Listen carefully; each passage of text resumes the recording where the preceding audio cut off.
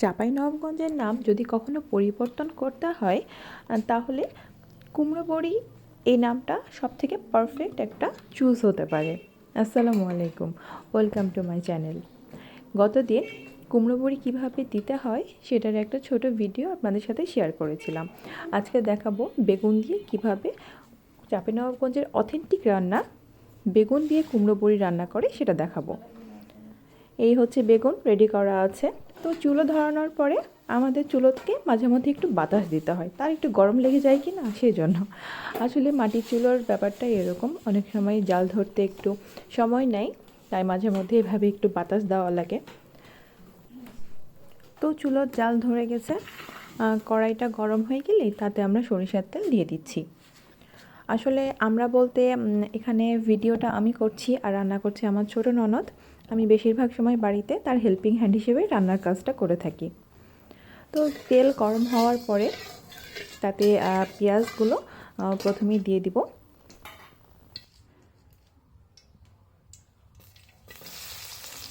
পেঁয়াজ দেওয়ার পর কুচি করে রাখা রসুনগুলো এর সাথে দিয়ে দিব।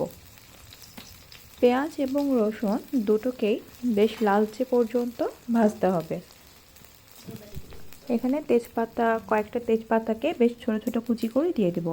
পেঁয়াজ এবং রসুনের সাথে এই তেজপাতাগুলো বেশ ভালো মতো ভাজা হয়ে যাবে। তেজপাতাগুলো এত ছোট করে দেওয়ার কারণ হচ্ছে এর সাথে আর যে মশলাগুলো দেওয়া হবে অর্থাৎ পাঁচফোড়ন এবং জিরা, সেইটা যেন এবং পরে সেটাকে বাটা হবে পাটাতে অথবা ব্লেন্ডারে, তো সেটা যেন খুব ভালোভাবে মিক্সড হয়, এই জন্য খুব ছোট করে এই তেজপাতাটা দেওয়া হয়েছে। তো একদম ভাজা হয়ে আসা পর্যন্ত এটাকে আমরা নেড়ে চেড়ে নিব। যখন অনেকটা ভাজা হয়ে এসেছে এই পর্যায়ে আরও কিছু মশলা বলতে আমরা অ্যাড করব এখানে পাঁচফোড়ন এবং জিরা। তো পেঁয়াজগুলোকে একটু সাইড করে নিচ্ছি যেন তেল কিছুটা বের হয়ে আসে এবং সেই তেলেই পাঁচফোড়ন এবং জিরা আমরা ভেজে নিতে পারি।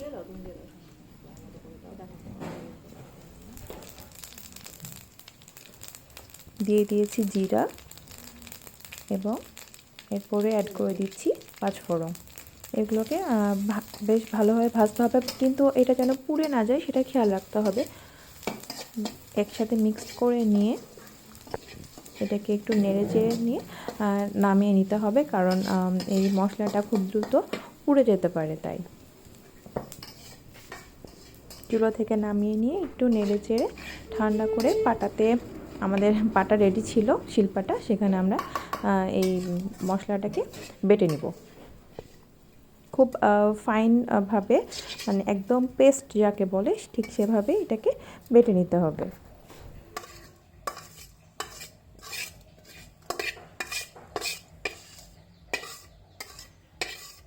এই পর্যায়ে আমাদের সবার প্রিয় রোজলি খালা আমাদেরকে এই কাজটা করার জন্য হেল্প করছে। শিলপাটাতে আসলে কোনো কিছু বাটাটা একটু কষ্টকর, তো খালা আমাদেরকে এই বিষয়ে একটু হেল্প করে দিয়েছেন, মশলাটা উনি বেটে দিয়েছেন।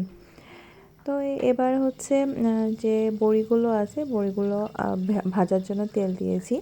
তেলটা বেশ ভালো মতো গরম হয়ে গেলে বড়িটাকে ধুয়ে নিব। তবে খেয়াল রাখবেন আপনি যে পানিতে বড়িটা ধুবেন সে পানিটাও যেন ফিল্টার পানি অথবা ফুটানো পানি হয়।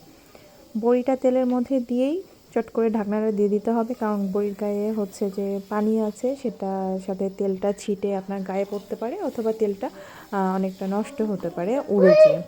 তো চেষ্টা করতে হবে সাথে সাথে ঢেকে দেওয়ার। এরপরে হালকা ব্রাউন করে একটু ভেজে নিতে হবে।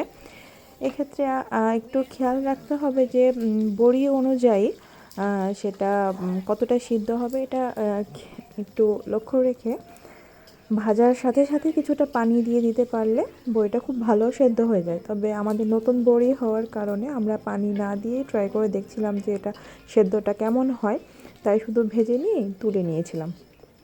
এক্ষেত্রে আপনাদেরকে একটা টিপস আমি আগেও বললাম, সেটা আরেকবার আমি ক্লিয়ার করে দিচ্ছি। সেটা হচ্ছে যে আপনারা যখন বড়ি রান্না করবেন তখন অবশ্যই পানিটা হতে হবে ফিল্টার অথবা ফুটানো ঠান্ডা পানি।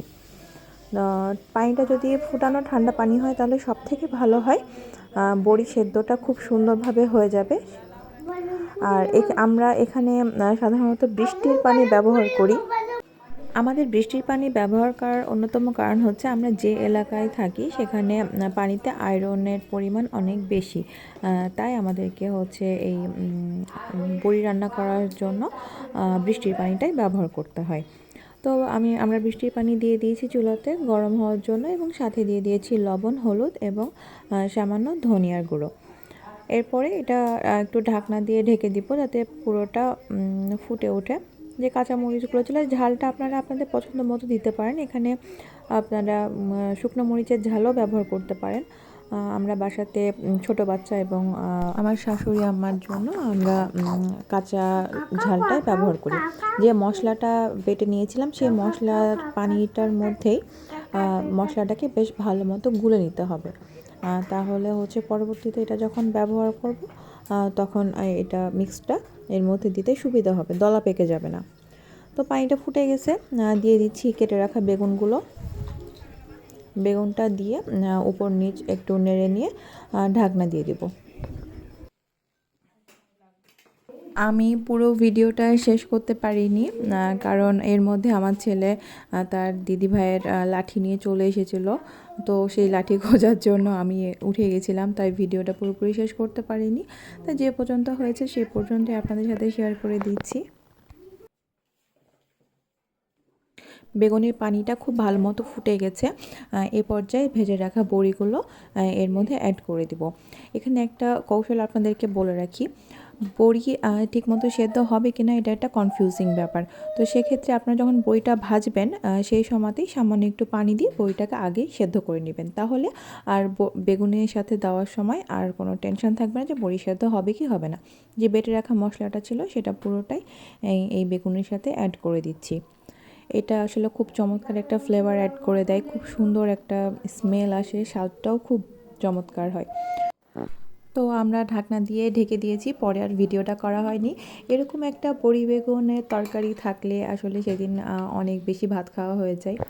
তো কেমন লাগলো আজকের রেসিপিটি জানাতে ভুলবেন না কিন্তু।